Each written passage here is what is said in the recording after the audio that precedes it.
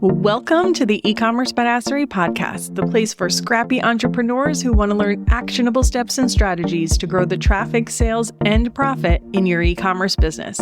I'm your host, Jessica Totillo-Coster, a 20-year retail veteran and former brick-and-mortar boutique owner who spent 3 years as the only employee of a 7-figure online store. That shit was crazy. I know exactly how it feels to do all the things, and I'm sharing everything I learned the hard way so you don't have to. I may have started this business by accident, but supporting badass bosses like you lights me the fuck up, and I am so stoked to see you grow. Are you ready, babe? Let's roll.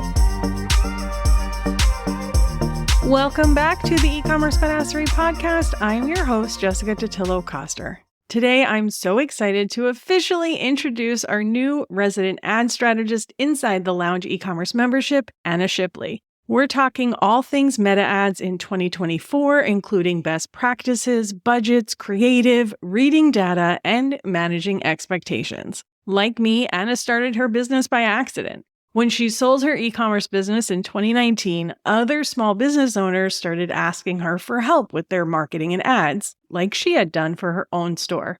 Also, like me, after working one-on-one with other entrepreneurs, she was hooked and now runs a boutique Facebook ad agency, Flourish Digital. All right, friend, let's hop into the episode. Hey, Anna, welcome to the show. Thank you. Thanks, Jess. I'm super excited to have you here and talk all things Facebook, aka meta ads. We've been having a lot of conversations about when it comes to ads, the number one thing you can do is just test a lot of stuff. Yes. And that there are no hard and fast rules. So what I would love to really get into with you today is what do we need to know about meta ads in 2024 and pick your brain on what you've been seeing with your clients and all of that good stuff. So 2024, lots of changes. Having said that, there are still some clients of mine who are still running as the old way, the old-fashioned way. And I'm talking the way we ran ads 3-4 years ago. Broad audiences, Advantage Plus, all these strategies have come into play where Facebook is really pushing these strategies. What I'm seeing is detailed targeting audiences have decreased further. People are really struggling with finding audiences that are matching their ideal target market. Right. And this is why Facebook is really pushing the broad audience and the Advantage Plus audience and the Advantage Plus campaigns. I'm also seeing that retargeting, whilst it doesn't work anymore, there are some people I see whose retargeting are still working very well with 5 return on ad spends and 6 return on ad spends, really high profitable margins. So it all comes down to testing. It depends on how long you've been in business for. It depends on how strong your pixel data is, how well you know your audience, how well your website converts. That all plays a big part in how Facebook ads works for you. So it's not a one size fits all, definitely not. And when you say detailed targeting, they took more interest way, is that what you're saying? Yeah. Yes. I'll give you an example. I have a lady who manufactures her own, it's a child-safe kitchen knife, does really well worldwide. And she has one knife that targets people with arthritis or have had a stroke, and she's got a larger knife for adults to use. And it's done so well with awards. I went in there the other day and they had removed a lot of that audience. Right. I could only use audiences such as occupational therapist, physio. A lot of the other audiences had been removed. And you will know if it's been removed. You will get a big red banner across the top of your ad account and you'll panic thinking you've been disabled. Yeah. But that message up the top saying, we have removed some of your detailed targeted audiences. And you have to go in and literally remove them because they're not available anymore. Right. So, yeah, it's getting harder and harder. Yeah. And that it makes sense. They've really started doing that since obviously all the privacy changes and, That's right. Yeah. online privacy is continuing to be an issue. And I only imagine we're going to lose more and more of that data. And so Facebook's tools like Advantage Plus, which I think now, it used to be campaign budget optimization. Now it's just Advantage Plus budgets, right? Like all the AI things are just grouped under the title of Advantage Plus. That uses machine learning. Yeah. So you literally put a budget to it. I've been testing out different ways to use Advantage Plus, but when I first started using Advantage Plus, it kind of acts like a retargeting campaign as well, because you will select 3 of your audiences, your warm audiences. Let's just say your purchasers. You could put your followers in there and your view content or add to cart. You could put those grouped in there and you can use that as a retargeting. But it also finds, which is really tricky, it'll find people based on that audience there, your ideal audience. In terms of creative, you would put your best performing ads and it pre-selects it for you. You literally go in and go click, click, click. And that way it just does everything for you. It's really, really interesting how it all works. And they are some of my best performing campaigns at the moment. But you need to have the budget for it. I will say that. Yeah, I do want to talk about that, but it sounds like in the past, it was detailed targeting and lookalike audiences, right? And lookalikes were the big thing where people would be able to scale their ads and grow really big. And then after the privacy thing took over, those lookalikes didn't quite perform anymore. No. Yeah. So the nice thing is look, at the end of the day, Meta makes their money by people advertising on their platform, right? Like that is their business. And so pretty much, yeah. It is in their best interest to continue to improve their technology to help the advertiser. And one of the things I remember too, when iOS first happened and they changed the way you connected your store and you could only have 7 conversion events and, you had to order them in order and prioritize them. But you don't have to do that anymore because you don't. Meta fixed it. Right. And so I think we will continue to see this get better and better and better because without advertising, Meta has no revenue. They have no business. Well, that's right. Yeah. So they have no choice but to fix this. But one of the things that I have heard about Advantage Plus is that it burns through budget quickly. And some of the people I work with, they're just getting started in ads for the first time. They don't really have a huge budget. But I hear that Advantage Plus, you do need a pretty good budget. So what is a pretty good budget? That's a good question. I'll use this based on what I'm working with at the moment. I have a client who probably spends, these are not big budgets, although some people might think this is a big budget, a smaller business. A client could be spending $150 a day. Wow. We can allocate $100 to your normal campaigns and let's pull $50, $60 out and run an Advantage Plus campaign. Having said that, I've got a client now who has come on board with only $30 a day. They like to start small, and I'm okay with that because they need to feel comfortable. $30 a day, and they're happy to scale and increase their budget as the sales come in. Now, with $30 a day, you can't really run an Advantage Plus campaign because where are you going to allocate your budget? You can't put $10 to Advantage Plus. I'm starting to test out where we just run an Advantage Plus, put all that money to test out in an Advantage Plus campaign and see what happens. Does it burn through quickly? Look, it can take 2 weeks before you start to see results. Right. It can happen straight away. It depends on the client's pixel. It depends on their brand, how long they've been running Facebook ads for, how quickly it finds its audience. Now, this client who I tested it out for, it was quite a few days. We didn't see anything, but we do have to allow, this is the thing with Advantage Plus, you really have to be very patient. Yeah. I'm talking 2 weeks, and it's really hard for people seeing their money coming out and thinking, oh my goodness, there is no sales. But then it can just explode and just sales come in. Right. They do fatigue quickly, some of the campaigns in there as well. And this is why I'm testing as well with clients who've got other campaigns running because they've got a very good performing ad set. I will pop it into that Advantage Plus as I know it will work. If in doubt, the best thing to do is use it like a retargeting campaign and just run a catalog, and that will convert.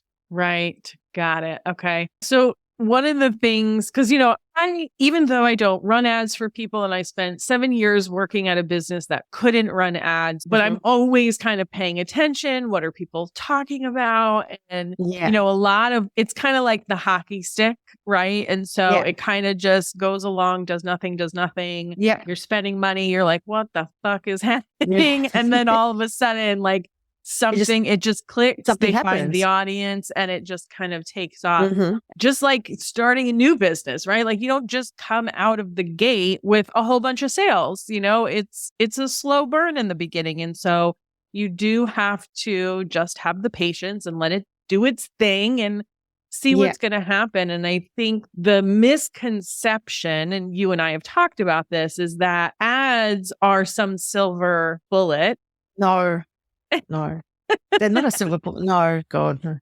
Yeah. And they're just not. It is, it's not the silver bullet. And I see in a lot of Facebook groups, people panic, like my website is not converting. I want to run Facebook ads. But hold on, if your website is not converting, that is not going to change anything. It might if you have a killer product. This is why the groundwork needs to be done first with your website, with your, growing a list, growing your social media, all that sort of stuff, because that is the way you test whether you have an amazing product. If you can't convert anything organically, I don't know if Facebook ads will work for you. I would say no, it doesn't. Although in some cases it has proven wrong to me. And it has, yes. But in most cases, it won't work. But I've had this conversation with clients before, and it's like, well, it's just so slow organically, right? So in that case, I kind of say, look, think about it like going to a casino. You're taking money out. You might not get any of it back, but you might also win big. But like you have to be prepared to spend the money to test, to get data, and not expect it until later on. That's right. Yeah. And that's really like the mindset you have to have when you go into ads. So it's hard, but hey, like this is running a business. And I was always a little bit less a cheerleader for ads a few years ago than I am now. But, the organic space was different. It was a lot easier to get organic traffic and all of that. And it's just not anymore. It's getting harder and harder. And you do have to invest. You really do. And like I said, there are some brands where I think, no, it won't work. But then it might work. You start, and I'm even surprised. And when you do start testing it out for your business or your brand, you do need to give it at least 3 months to see, not that you won't get sales for 3 months, you will, but you will need that amount of time just to find your killer ad and product and what people are resonating with and what sells well. And then you build from that. And that's why it requires a lot of patience. Patience in that. I mean, you must have a ton of them. I do not have a lot of patience at all. Well, it's easier when I'm running ads for somebody. If it was my own store, I don't know how I would do it. And that's why when I do on board, I always say to them, close your eyes, just look away. Go focus on something else. Go do something else because you'll panic and you are, oh no, turn that ad off. No, but the metrics, it's still going. It's not ready to be turned off yet. And that's what people do. They panic. They turn off ads because it didn't convert. But then hold on, there wasn't enough impressions. There wasn't enough frequency, all that sort of stuff. They don't look at the soft metrics. They just look straight for the sale. It's like, it's still growing. You can't turn them off yet. Well, let's actually talk about that. So what is the clue to like give up on an ad? Is it a time frame for you? Is it a spend versus some metrics? Do you have any sort of general rules around that? I keep it very basic and very simple because the majority of people I've worked with do not spend millions of dollars on ads. I've had one client who was spending around $55,000 a month. So her strategy was very different.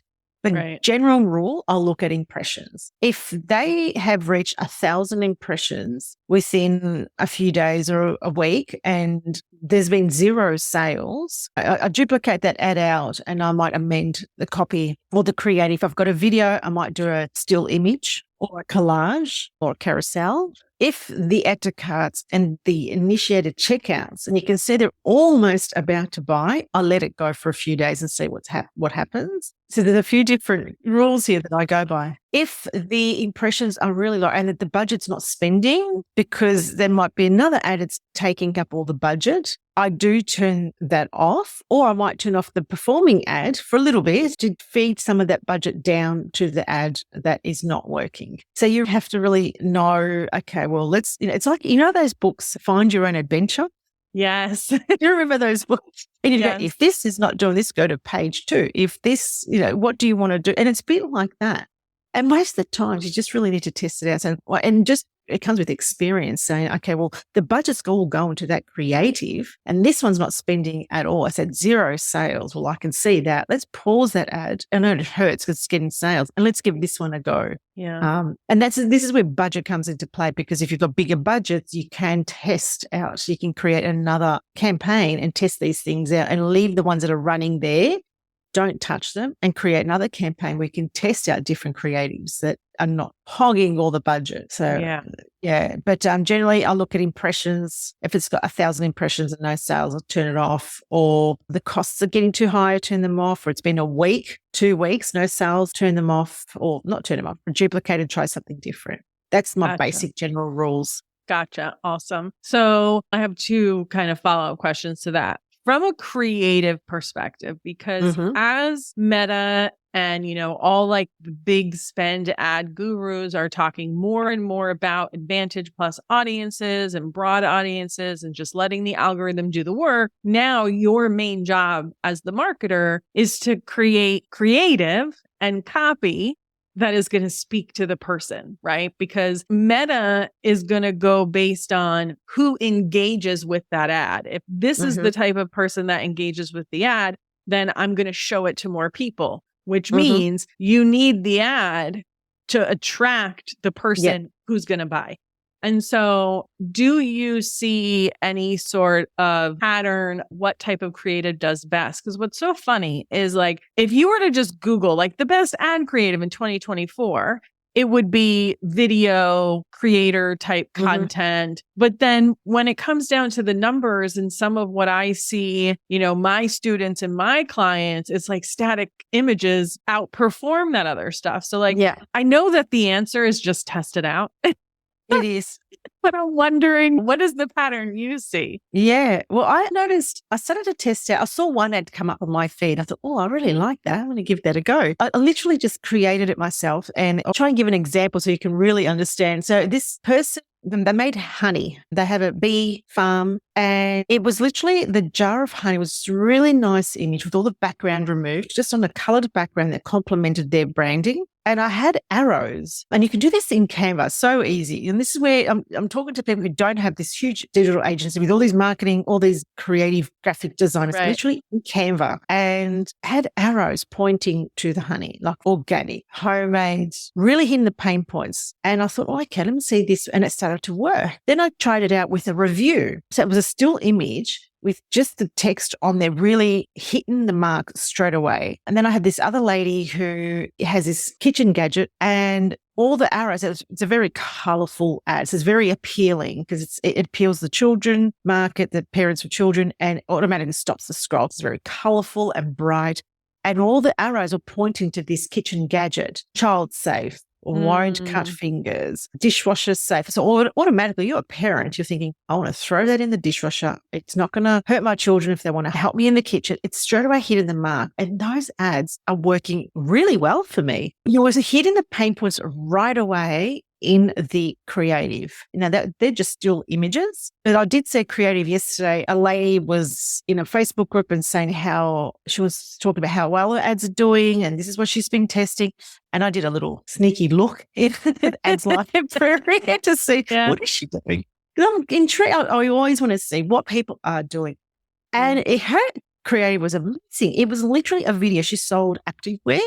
And it was obviously someone does the video for her, but it was her. It was her talking about her leggings or tights or whatever you want to call them, and how when she bends down, that I ride down, how comfortable they were.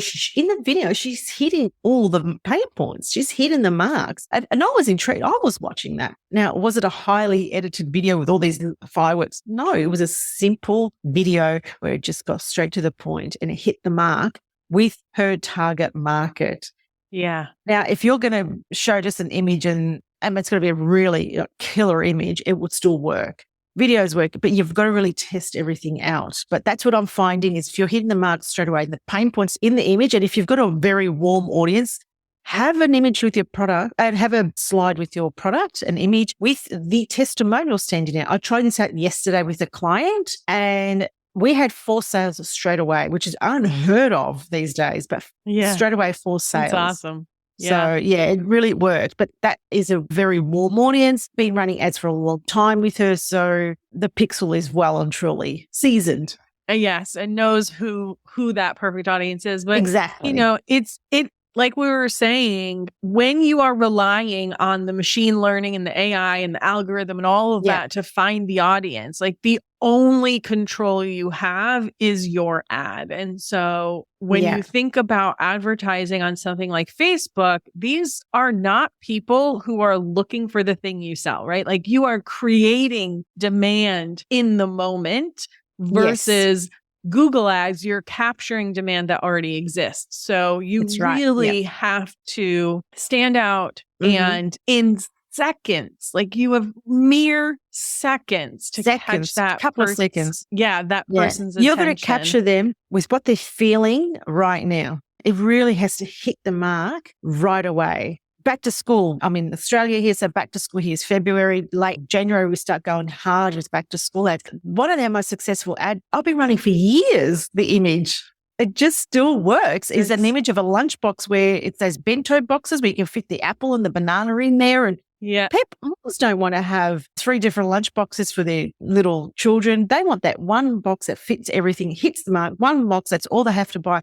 That one image tells them that it can do that, and the copy resonates with that. People are just going to buy straight away. They're ready to buy. They're seeing it. Oh my God, I don't need to buy another lunchbox for the banana, or I don't need to buy another lunchbox for the apple. Doesn't fit in there. This does it all. So you're hitting them right when they're in that moment, and it's capturing them right in that moment with the image and the copy. So important. I think that I think years ago, it probably didn't need to be that good, right? You could get away with subpar creative and copy. As the years have gone on, that is just not the case anymore. Now, that doesn't mean, and I always caution, because people get stuck on this, right? And they'll end up like never starting. So you need to balance it with that. You just get some stuff out there and start testing it. Just get it out there. Yeah. And you'll be very surprised what works. You think, oh, this is not going to work. I think that people say it's not going to work. Just let's try it. And bang, it might work. You might be really surprised at what works. Yeah. Yeah. And I've experienced it, and I've told this story a few times of running ads for the lounge. The ads were kind of ugly. I didn't like them. I redesigned them. The ugly ads outperformed my really pretty designed because they're ads. Real. They're authentic, and that's what people want. They want authenticity. They want to, how are you going to solve their problem? I had one client where she had this brand called Replay. I'm not sure if you know this brand. They'd sell recycled dinnerware, plastic dinnerware, but it's made from recycled milk bottles. It's a very earth-friendly, huge brand, and beautiful, colourful. And she took a photo of the delivery that had arrived, and it was the box, and you could see the dinnerware in there. So she took a photo, and behind the photo, it was in a lounge room, and there was this old sofa in the background. And I thought, I don't know about this. And I thought, you know what? Let's give it a go. To her warm audience, they already know her. Won't try it to the cold audience. But they already, it went off that ad. Wow. She sold out because they were already her warm audience. I probably should have tested her cold, but I didn't want to risk it because these people already knew who she was, huge following. She's been in business a long time, 12 years. So as soon as his brand came in, they did not care what was in the background. They did not care if the photo was not filtered. or professionally. It was just with an iPhone and it was done and it sold out. Yeah. So you really have to see, you have to look beyond and look at your brand. Yeah. Oh, gosh. So the moral of this episode, honestly, is just test shit out. That's really what this is about. Yeah. And remove your emotions as well. Oh, so, yeah, that's important. Because the people who run their own ads are emotionally attached and they look at every little thing and want to change it straight away. Oh, that's not working. And they've only been live for 24 hours. But people like myself who run ads for other brands, we're not emotionally attached to the ads. So we won't make hasty decisions. Right. Yes. So, yes. And I can speak to making those kinds of emotional decisions. Oh, I do it too. I monitor my own ads, like if I'm running ads for me, like, yeah, it's totally different when it's very your own different thing. Yeah.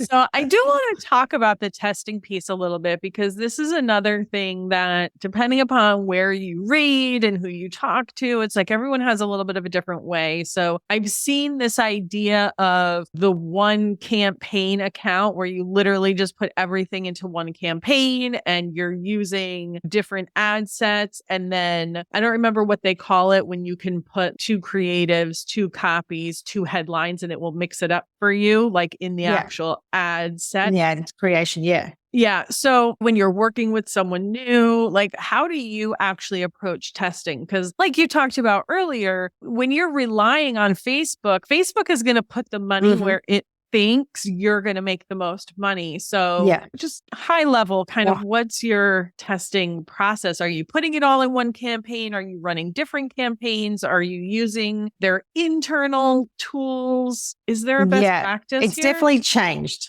a lot. Yeah. I am now, again, depending on the budget, and I'll give you both sort of point of views. With the client that was spending $55,000 a month, I was able to have 2 cold campaigns where I used one as a testing campaign and one as her proven audiences. The thing is with this one, no matter what I threw at it, it worked, because she had which made it hard, well, easy for me, but also hard because she had a particular brand. She had multiple brands, but she had one particular brand that no matter where I put this particular brand, it sold. It was a very popular children's brand here in Australia. But initially, I started with 2 cold audience. One was the testing, and I'd put in brackets testing, and one was just where everything would work, would go in there. Let's talk about people with lower budgets where they're spending around which probably still sounds a lot, $5,000 a month, but that is like a lower end budget, or $3,000 a month. Like the majority of people who I work with, I do have the one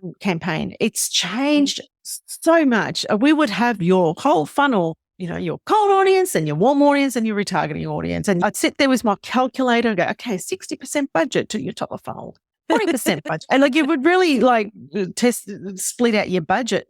It's not even, we don't even do it like that anymore. There's a lot of consolidation. So I don't even start running a warm audience until I know that this brand has been in business a long time. And I really do just start off with the top of funnel, cold audience. And I always test, again, depending on how long they've been in business. I always go for a broad, and I always go for a lookalike. The lookalikes still work for some people, and I find there's 3 different lookalikes I use: a 5%, a 10%, and 8%. And they're stacked. As in, it's not just initially we used to do like years ago, 5% lookalike of purchases, 180 days. Yeah. It's 1%, view content, 30 days. It's gone. Those days are gone. It's now a lookalike 5%. 180 days, because you need to have that big long window. And in there's a whole stack of all your warm audiences, from your Instagram followers engaged to all the website actions they've taken, like purchases, add to cart, view content, whatever. All that is stacked in there. So I will always test that, and I'll also test a detailed targeting audience of some sort, depending on the brand. Again, if they're very new to business, like I've got a client who's 12 months in, great website, great products. I'm not testing a lookalike. It's too fresh. Right. So There's nothing to look like yet. There's nothing really to look alike. It probably is, but I'm going straight for broad and detailed targeting, and they're working. So keeping it very simple. No warm audience, no nothing, straight to broad. Maybe I'll even turn them off and try an Advantage Plus campaign. but it is very, very different, very simple. You used to go into an ad account and see all these different campaigns. Now you literally go in, it's probably 1, 2, or 3. But if you are a high spending account, and I'm talking over $50,000, $100,000 a month, yeah, you will see multiple ad campaigns in there because you're able to test more. Right. So that's what I right. said. More money, more testing, less money. You do really keep it very, very simple. Yeah. And look, that sounds easier to me. I will say. Anna paused when I feel like if you just have one campaign to manage. It is easier, but like I said, there's always caveats to everything. Yes, it's easier, but the budgets fatigue really quickly when it's a bit lower budget. If you're starting ads on $25 a day, yeah, it's easy because you've got that one audience and there's not a lot of work in there to do. So that's easy. But your budget's fatiguing really quickly. So you're going to have to go in there 2 days later to change things up because it's not working. Or if it is working, you give it a week and it'll probably stop performing because there's not enough budget there and you have to flip out creatives and ads. Whilst it is easier, there's less to manage, it is harder in one end because the budget will fatigue very quickly. Got it. Okay. That makes sense. I get it. Okay. But it is easy. Okay. Yeah. I can work in an ad within like half an hour. It's all done. It's like, oh, that was easy. Yeah. Yeah. As opposed to the ones who've got the massive ads. And, 2 hours later, you're still in there adjusting things. But then I won't have to touch it probably for another 2 weeks, a week. But then the smaller one, yes, it took me quicker, but I'll probably be in there a few days later adjusting again. Gotcha. So it's just more management, basically. Yes. Yeah. So when you are doing the one campaign focus, are you using CBO, formerly campaign budget optimization? Now it's just called Advantage Plus budgets and letting Facebook choose, or are you assigning budgets at the ad set? I stopped using CBO and started to use the ABO, where I was assigned an individual budget to each ad set or each audience. Having said that, I started to test CBO with a particular client just to see what would happen because we were finding that the CBO would always favor one audience. And I thought, okay, well, if we split out the budget, each audience or each ad set has got its own individual budget and it's also distributed evenly. I favor more ABO, more the individual budgets at the moment. Got it. Okay. I think it's another thing you got to test. Both works. Both do work. You do really have to test it, but that's what I favor at the moment because a year ago, people were saying, do ABO, but now people are saying, well, CBO sort of works again. Yeah. Well, I think the thought process behind that is, well, if Facebook is putting the money toward this ad set, then that means this audience is the better audience and it's going to be easier to scale and all of that. I think it's a balance of trusting the algorithm. It is a computer. It's probably smarter than us. But there are also things that they don't know, like how much money we have to spend. And maybe we need to guide it a little bit so that we can test things out and learn things for ourselves. And so, like I said earlier, the moral of the story is you have to test. There's no one perfect way. Test. It's different for every business. And that's what I think is so frustrating. Yeah.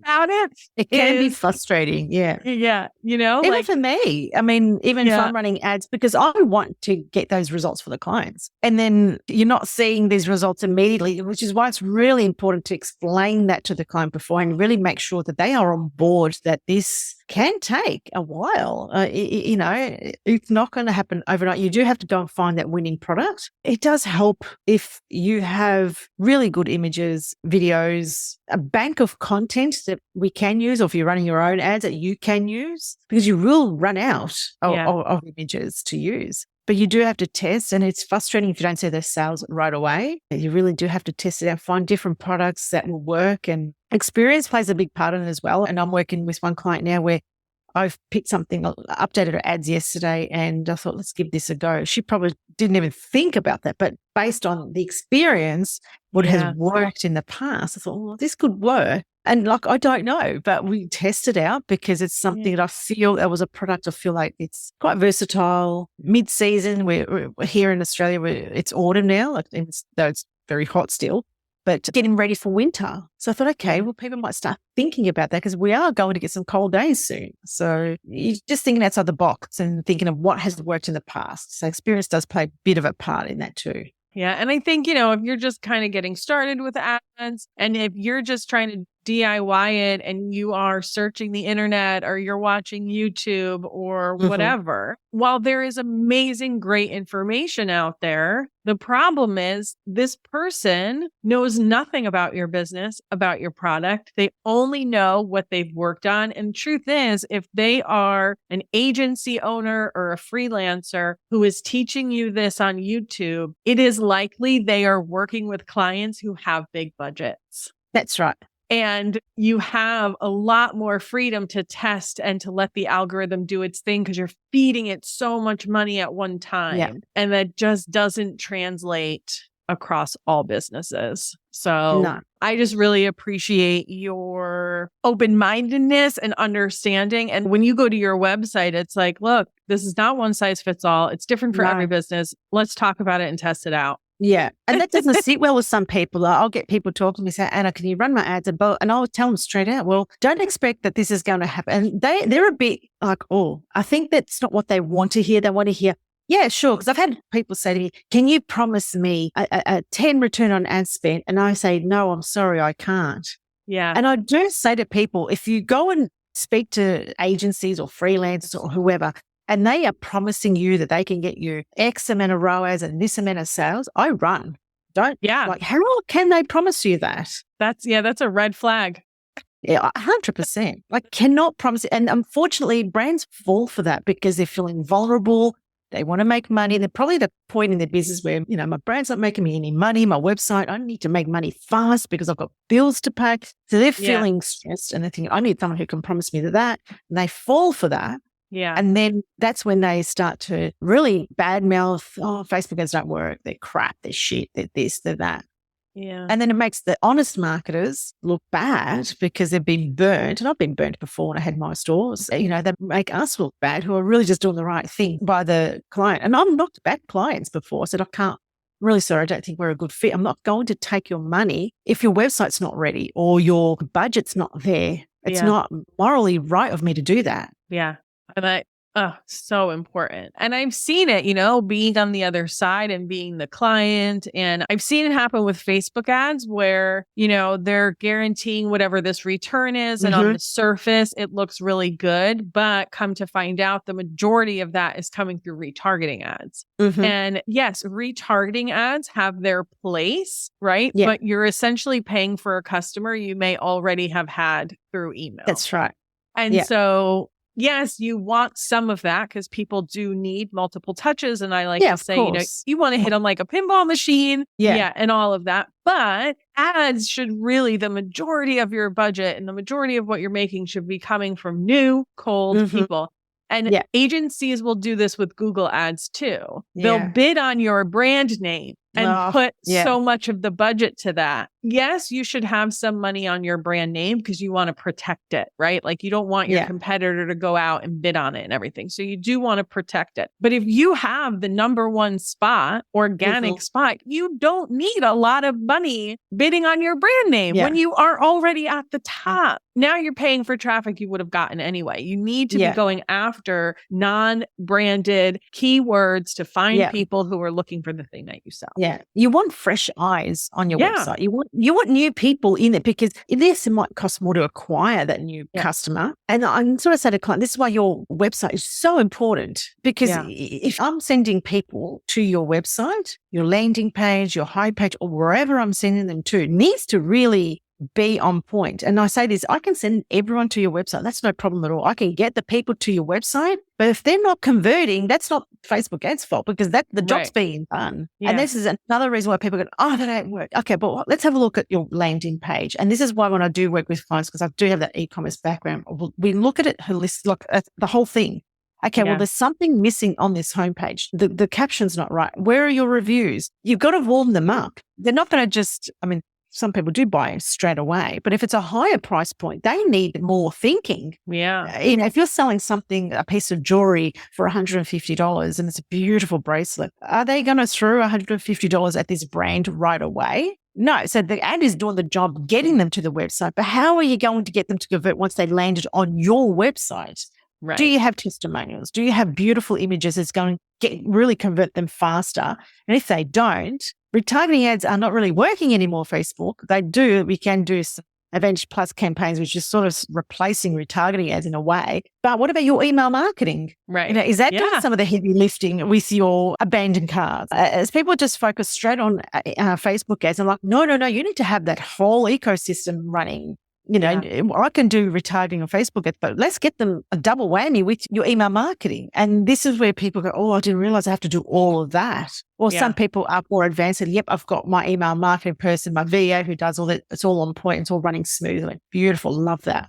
Yeah, because there's still people on the internet pushing this whole idea of just run an ad and you're going to get all of these sales. And it just doesn't work like that, because also the consumer is savvier. They've been screwed over. Yeah. I mean, I've bought things from Facebook ads that never showed up. And then I go back to the website and the website doesn't even fucking exist anymore. Yeah. Right. Yeah. So people are a lot more weary about getting screwed over. Internet. And so it just takes people a while to make a decision, and we need to really set ourselves up for that. Like I think of e-commerce as a puzzle. You don't necessarily need every single piece to paint a pretty picture and be successful, but like the more pieces you have, the more cohesive that becomes. So, and oh my gosh, I love all of this. I feel like we could talk about this all day.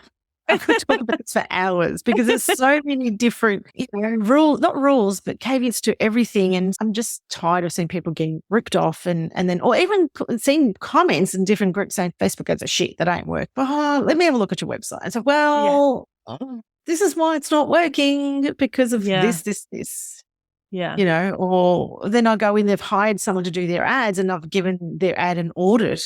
And I've gone in and went, oh God, they're still running ads like it's 2004. It's like you can't run ads like that anymore. Those days are gone. The strategies are gone. And if you don't move with Facebook and you don't move with the new strategies, you will be left behind. And that's where the marketers, if you are hiring people to run your ads, really make sure, ask them, like, how do you keep up with your learnings? How do you keep up with your trainings? Yeah. It's changing that much. The landscape, platform, how people buy, how people shop. You really have to be very strategic now. I know this is probably happening worldwide, where there's an economic crisis. People are really watching what they're spending. Here in Australia, we've got interest rates have gone through the roof. Everything, cost of living is just crazy. People are watching everything, and you really got to work harder on that copy and that creative, and have that website looking pretty schmick, and making sure people do get there and go, oh, I love this. It's talking to me. You've really got to talk to that one person and make them click and buy. A lot of psychological methods, I guess, go into play when you are creating that ad.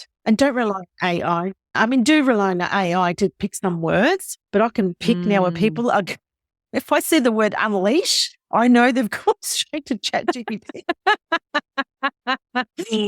Yeah. Oh my gosh. Yeah, that could be like a whole other episode. Another episode. But do use that to get some keywords that you may not have thought of. It's like, oh, I didn't think about that word. That works. That resonates with my audience. Yeah. But if you use the word unleash, a word of warning, I know you've used AI to.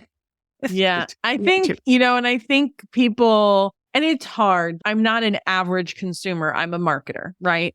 Yeah. I know that like right away, I'm like, oh, that looks like a deep fake AI. I can pick it. Yeah. Yeah. And it immediately makes it feel scammy. Can the average consumer tell? I'm not sure. Probably not. They will be able to very soon, Depends how savvy they are as a shopper. Yeah. Yeah. And I think just like with Facebook ads in general, in the beginning, it was super simple. People were buying all the things. Then marketers ruined it. People got savvier. They're a little bit more timid about buying something the first time they see an ad for it. And so the same thing is going to happen with AI. Like right now, people probably don't notice. Give it some time. They will. And they're going to start really pulling away from that. Yeah. Shoppers are very smart. But keep it authentic. When I say authentic, I mean your copy and still have to hit the mark. It really has to get people to stop and scroll. But if you can keep that copy authentic and really speak to their pain points, that's the first step in getting someone to click. There's different sort of steps. So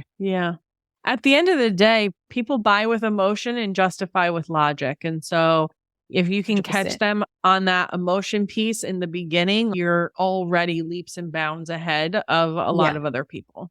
Yeah. What's that saying they say? You're not buying the drill, you're buying the hole in the wall or something. There's a saying. Oh, I've never heard that. In other words, you're fixing the problem.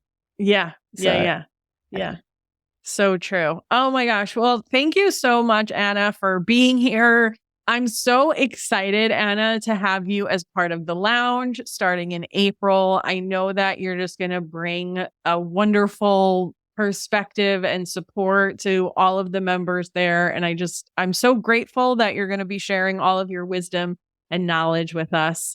So thank you so much for that. Can you let the audience know where they can find you if they need some ad help? Tell us all the places. Yes, I can be found on Instagram. It's flourishdigital_. And I have my website, flourishdigital.com.au. I'm based in Australia. They're the main two areas where you can find me, but I do live mainly on Instagram. And I share a lot of stories and posts and reels about what's happening and real life stuff, relatable content. I can be a little bit of a tongue-in-cheek, smartass. She's very sassy and I love it. I try to be a little bit funny and relatable and people, relate to that. So yeah. I found Anna initially because I was on the hunt for an ads person for the lounge, and I was obviously searching far and wide on the internet, and I came across her Instagram, and there was a reel. And it said, what do you do when the Meta Ads account executive calls you? And basically the message was like, don't listen to anything they have to say because they don't actually know what they were talking about. And I was like, that's her. I bet she's going to be the one. I'm like, I need to get in touch with her because that is true. Like they're just there to get you to spend money, not help you with your ads. But yeah, she's sassy. And if you're listening to this podcast, it's probably because you like a little sass and a little snark. So I feel like you were on your best behavior during this conversation. I am. I was. But yeah, so definitely go check out her website, check out Instagram. I will put links in the show notes for those. If you've been thinking about joining the lounge, now is a really great time. Anna will be there starting next week as your ad support inside. I'm so excited to have you. Thank you everyone for hanging out with us today. I know you could be anywhere on the internet and I appreciate that you are here with me. Have a kick-ass rest of your day and I'll see you on the flip side, friend. Thank you so much for listening to today's episode. If you want to learn more about growing your e-commerce business, get started with my free resource library at ecommercebadassery.com/free stuff and get an invite to the lounge, my e-commerce marketing membership. When you're ready for one-on-one support, apply to work with me at ecommercebadassery.com/apply. Before you go, would you do me a quick favor? Leave a rating and review and tap that follow button. This pushes me up the chart so I can support more scrappy e-commerce entrepreneurs just like you. I'm on a mission to reach as many as I can, and I could really use your help. Thanks so much in advance. Until next time, e-commerce friend, stay badass.